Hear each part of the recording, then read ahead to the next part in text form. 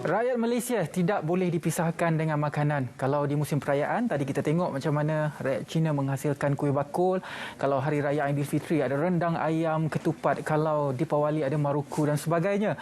Jadi itu kalau kita lihat secara lebih kecil mengikut kaum dan juga perayaan. Tapi secara lebih besar, faktor keselamatan makanan ataupun food security Malaysia juga perlu dipandang oleh semua masyarakat. Jadi kita faham di manakah tahap food security kita pada ketika ini. Jadi saya rasa cukup bertepatan dengan perkara ini, kita akan membawakan perbincangan mengenai dialog industri agro makanan MAFI 2022. Jadi saya sangat berbesar hati pada hari ini. Saya bersama dengan Dr. Badrul Hisham bin Muhammad, Timbalan Ketua Setiausaha Pembangunan MAFI. Jadi hari ini kita akan bercakap mengenai dialog industri agro makanan seperti mana yang ada banner di kiri dan juga kanan kami pada hari ini. Mungkin doktor boleh mulakan mukadimah idea wujudnya dialog industri agro makanan 2022 ini, doktor. Silakan. Terima kasih Wan. Terima kasih. Selamat pagi, salam sejahtera. Pertama saya kena betulkan dulu fakta, saya bukan doktor, Datuk Badrul. Oh, Datuk Badrul. Doktor tu mungkin merujuk kepada menteri kami lah di MAFI.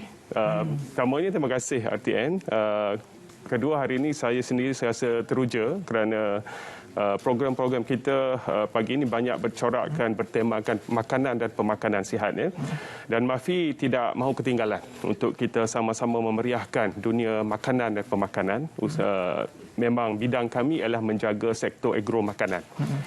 Kali ini kita nak bawakan satu program yang cukup signifikan kepada usaha agenda memperkasakan sekuriti makanan di negara kita. Iaitu kita akan adakan nanti dialog industri agro makanan 2022 yang mungkin julung-julung kali diadakan secara besar-besaran oleh MAFI di peringkat nasional. Ya. Kita sudah biasa dengan dialog. Sebelum ini kita dengar tentang dialog MITI. Kita ada LID, Langkawi International Dialogue. Semuanya adalah program yang bertujuan untuk kita mendapatkan lebih idea, lebih cadangan, lebih solution kepada isu-isu yang sedang kita hadapi bersama. Jadi dialog ini juga akan membawakan tujuan dan tema yang sama. Sebelum itu saya nak ceritakan sedikit tentang the current state of industry, senario semasa. Kita bercakap tentang makanan. Pertama kita kena pastikan bekalan, food supply itu mencukupi. Tadi kita disajikan dengan rancangan bagaimana pihak Kabinet HCP menggunakan kawalan ke atas produk-produk makanan tertentu. Ini bertujuan untuk menjaga kemaslahatan umum supaya konsumer tidak terbeban. Namun begitu kita juga perlu lihat dari aspek pengeluaran. Bekalannya oleh MAFI, kita pastikan bahawa stok makanan negara kita cukup. Di Malaysia, beberapa komoditi utama perlu kita pastikan sentiasa berada di tahap mencukupi. Beras, daging, susu, sayur dan lain-lain. Itu peranan MAFI. Tetapi soal harga, bagaimana kemampuan rakyat untuk memperolehi, mendapat akses kepada makanan akan ditentukan oleh pihak lain. Soal sumbangan sektor agro makanan kepada ekonomi negara, kita tidak pernah kurang daripada 3.5% setahun, artinya sekitar 50 bilion ringgit Malaysia disumbangkan oleh sektor ini setiap tahun. Kemudian kedudukan negara kita, kalau kita lihat dari segi benchmarknya, di peringkat antarabangsa, perbandingan yang selalu kita buat ialah dalam Global Food Security Index, kita berada di tahap 39 daripada 113 negara. Artinya kita somewhere. Kita berada di satu tahap yang cukup stable. Bekalan makanan kita mencukupi untuk seluruh rakyat negara kita. Kemudian semasa krisis pandemik, kita berjaya mengharungi pandemik dengan baik kerana bagaimana Kementerian MAFI merancang food supply, bekalan komoditi tertentu sentiasa ada dalam pasaran pada harga yang ditetapkan oleh kerajaan dan juga dikawal oleh kerajaan dan juga ditetapkan oleh market forces. Kemudian kita ada long term planning, perancangan jangka panjang 10 tahun di bawah dasar agro makanan negara. Tujuannya untuk kita pastikan supaya bekalan makanan di negara kita sepanjang tempoh 10 tahun akan datang berada di tahap yang mencukupi. Jadi itu senario semasa. Jangan risau, makanan di negara kita cukup. Okey, buat masa ini cukup makanan negara kita. Untuk dialog ini, siapa rakan strategik dan juga siapakah yang akan terlibat untuk menyempurnakan dialog ini? Kali ini kita bawakan satu tema yang cukup relevan. Ya. Pertamanya ada elemen pemodenan, kemudian ada elemen produktiviti dan ada elemen security makanan. So temanya kali ini adalah pemodenan dan produktiviti menjamin security makanan. Kenapa tiga elemen ini kita gabungkan? Ya? Pertamanya, dari segi modernization, kita bercakap tentang IR 4.0, bercakap tentang bagaimana kita nak mencapai ke arah smart farming, precision farming. Di negara barat, di Eropah, di Jepun, di China, mereka sudah berada di tahap yang terbaik dalam konteks modernisasi. Tapi negara kita masih bergerak secara perlahan ke arah itu. Dan mulai 2021 sehingga 2030, 10 tahun planning ini, kita akan perkasakan lagi soal modernization, soal smart farming, soal precision farming dalam industri pemakanan negara. Kedua, soal productivity. Menggunakan teknologi terkini, IR 4.0, IoT dan lain-lain, maka indirectly secara tidak langsung dia akan meningkatkan produktiviti, pengeluaran makanan, mencukupkan bekalan domestik dan kita nak lebihan itu kita boleh ekspor. Jadi ekspor itu akan menjamin supaya akhirnya kita boleh mengurangkan balance of trade. Artinya imbangan dagangan kita tidak terlalu membeli lebih banyak daripada menjual. Kita perlu menjual lebih banyak supaya ekonomi kita lebih kukuh, currency kita lebih kukuh. Ya. Kemudian apabila dua faktor ini sudah ada di dalam pipeline kita, maka indirectly soal keselamatan makanan kita akan terjamin. Jadi itu tema kita, pemodenan dan produktiviti akan menjamin security makanan. Mungkin Datuk boleh cerakinkan apakah topik-topik yang akan dibawakan ketika sesi dialog nanti? Tema utama ialah security makanan. Tema utama. Tetapi kita sudah segmenkan kepada 4 segmen berlainan, subsektor berlainan. Pertamanya kita akan fokuskan kepada subsektor tanaman. Padi contohnya antara crop utama di Malaysia yang merupakan makanan ruji rakyat Malaysia. Jadi dalam sektor padi beras ini kita sudah berinteraksi dengan industry players, captain of industries. Kita telah menerobos masuk jauh ke dalam industri. Apakah isu-isu semasa yang perlu kita selesaikan? Apakah isu-isu perkara dasar yang perlu kita bawakan dan kita ketengahkan supaya akhirnya industri ini ataupun subsektor padi beras ini tetap menjadi tanaman nombor 1 negara untuk mencukupkan bekalan untuk 32 juta rakyat Malaysia sebanyak 2.5 juta metrik tan setahun. Satu rakyat Malaysia perlukan 79 kilo nasi beras setahun. Jadi kita perlukan 2.5 juta metrik tan untuk mencukupkan ini. Pengeluaran dalam negara sekitar 60%, kita perlu bawa masuk import sekitar 40%. Itu satu tanaman. Kita ada ternakan, kita ada masalah bekalan susu segar, masalah daging, bekalan daging yang tidak pernah cukup. Dan kita perlu cari alternatif bagaimana kita nak mencukupkan. Dan lain-lain komoditi termasuk perikanan, ya, ikan dan juga soal industri asas tani, industri makanan yang perlu juga kita ketengahkan untuk kita balancekan keperluan negara. Jadi kalau kita lihat dialog ini dia di peringkat atasan sampailah di satu tahap adalah satu proses untuk kita mengubah rasa baru ataupun apa saja polisi yang berkaitan apabila adanya outcome daripada sesi dialog ini. Jadi kalau kita lihat pemain-pemain industri di bawah-bawah ini, petani moden yang memang bertani ada tanah ini, bagaimana pula mereka boleh menyumbang dalam sesi dialog pada kali ini? Pertamanya kita masih di dalam proses pemulihan ekonomi pasca pandemik. Kita bawakan dialog untuk kita mendengar lebih input daripada masyarakat tani khususnya, wira-wira tani kita dan juga pemain-pemain industri utama. SOP membataskan untuk kita memanggil, menjemput semua. Dalam pipeline kita ada lebih kurang 500,000 pemain industri yang aktif yang menghasilkan pemakanan bekalan untuk negara. Tetapi untuk tujuan dialog, kita hanya mampu membawakan secara live seramai lebih kurang 200 pemain industri utama. Captain of Industries, semua wakil-wakil persatuan, pengeluar-pengeluar makanan produk komoditi utama, kita akan bawakan secara live bersama dengan Yang Berhormat Menteri Pertanian dan Industri Makanan nanti pada 10 Februari nanti.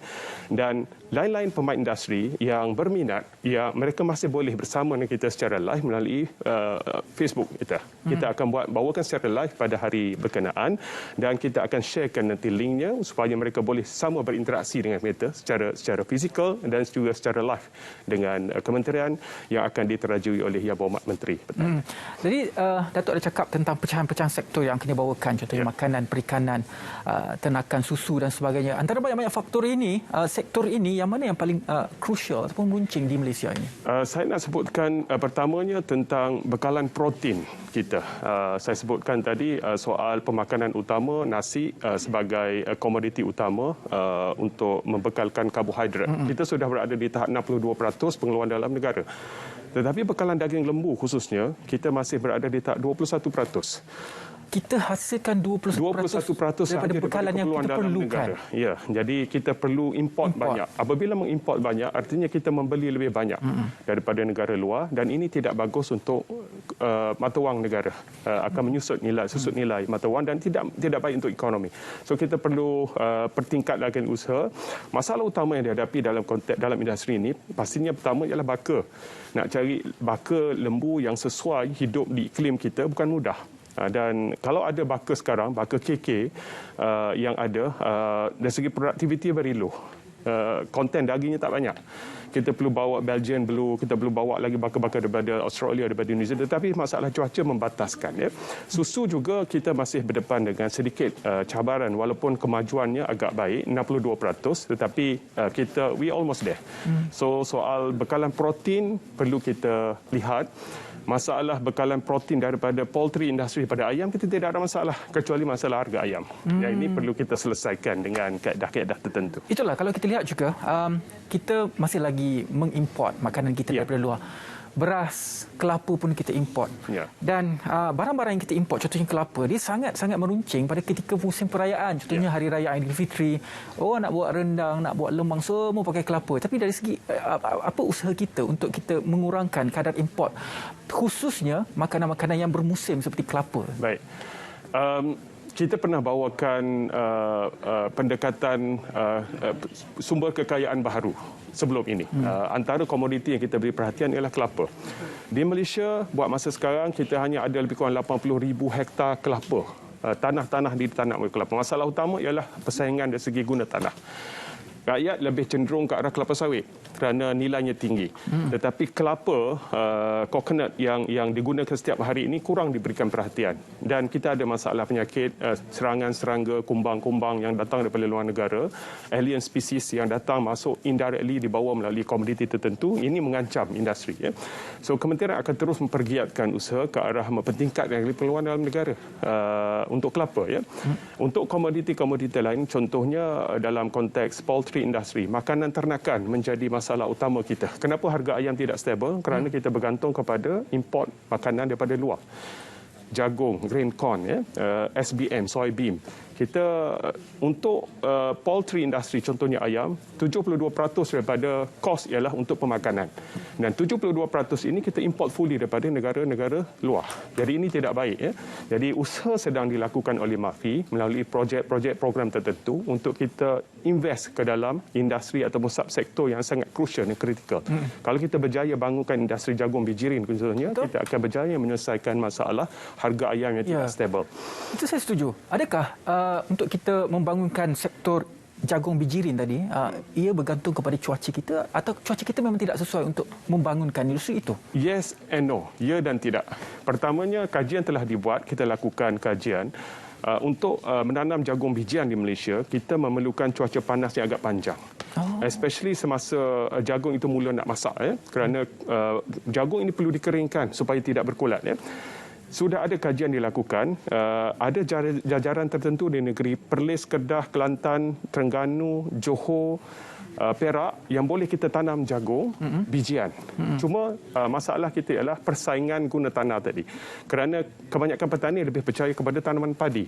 Dan kebetulan jaringan kawasan yang sesuai ditanam jagung adalah berada sebahagiannya di dalam kawasan jelapang padi. Jadi usaha perlu dilakukan untuk meyakinkan petani bahawa return daripada penanaman jagung bijian ini juga sebaik hasil padi.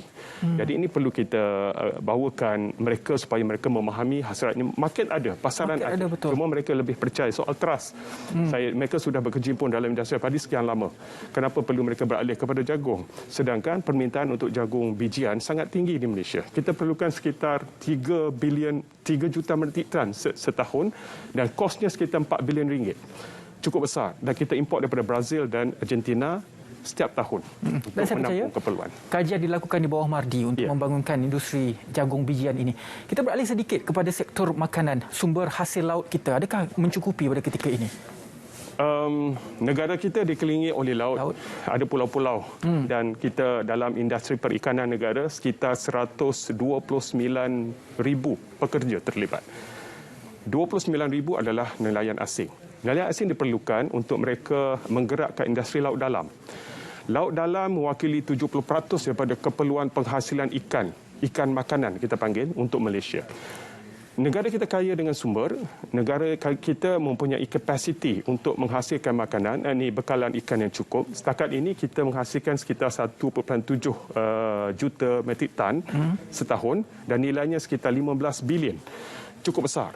Cuma lately, pasca pandemik, kita berdepan dengan masalah kru asing sedikit. Ancaman kerana apabila PKP mereka balik ke negara mereka dan usaha untuk masuk semula itu memerlukan banyak kelulusan tertentu yang perlu dipatuhi. Kita akur tetapi proses ini perlu kita uruskan dengan baik. So sekarang ini ada sedikit penurunan dari segi tahap penghasilan ikan dalam negara sekitar 14%. Penurunan 14%? 14% penurunan daripada tahun sebelum pandemik disebabkan oleh masalah tangkapan yang tidak dapat dioptimiskan. Sumber ada tetapi kita tidak boleh ke laut menangkap ikan kerana masalah documentation, masalah kru yang belum selesai dari segi dokumentasi. Jadi ini mengganggu dan kalau Wan lihat dalam laporan-laporan media banyak 60% bot tidak ke laut. Hari semalam saya dipahamkan ada lagi laporan mengatakan begitu. Kami sedang berinteraksi berbincang dengan Kementerian Dalam Negeri, Kementerian Sumber Manusia dan Jabatan Imigresen Malaysia untuk kita selesaikan. Soalnya, food security perlu kita pertahankan. Walaupun kita sayang negara kita, tapi kita kena pastikan rakyat negara kita cukup makan. Ya, itu penting. Betul. Dan food security ini merupakan salah satu elemen dalam Majlis Keselamatan Negara yang perlu juga untuk kita beri fokus. Mungkin selepas ini kita boleh berbincang lagi mengenai industri makanan laut dalam, industri penghasilan protein bijian, jagung dan sebagainya, Datuk. Tapi terima kasih banyak-banyak, Datuk, kerana kita akan ke bilik berita untuk mengikuti berita daripada bilik berita. Terima kasih banyak-banyak kepada Datuk Badrul Hisham bin Mohamad, Timbalan Ketua Setiausaha Pembangunan MAFI Malaysia, dalam memberikan pencerahan kepada kita dialog industri agro makanan tahun 2022. Baiklah, kita akan ke bilik berita bersama dengan rakan saya di Continuous untuk perkembangan berita dalam dan juga luar negara. Silakan.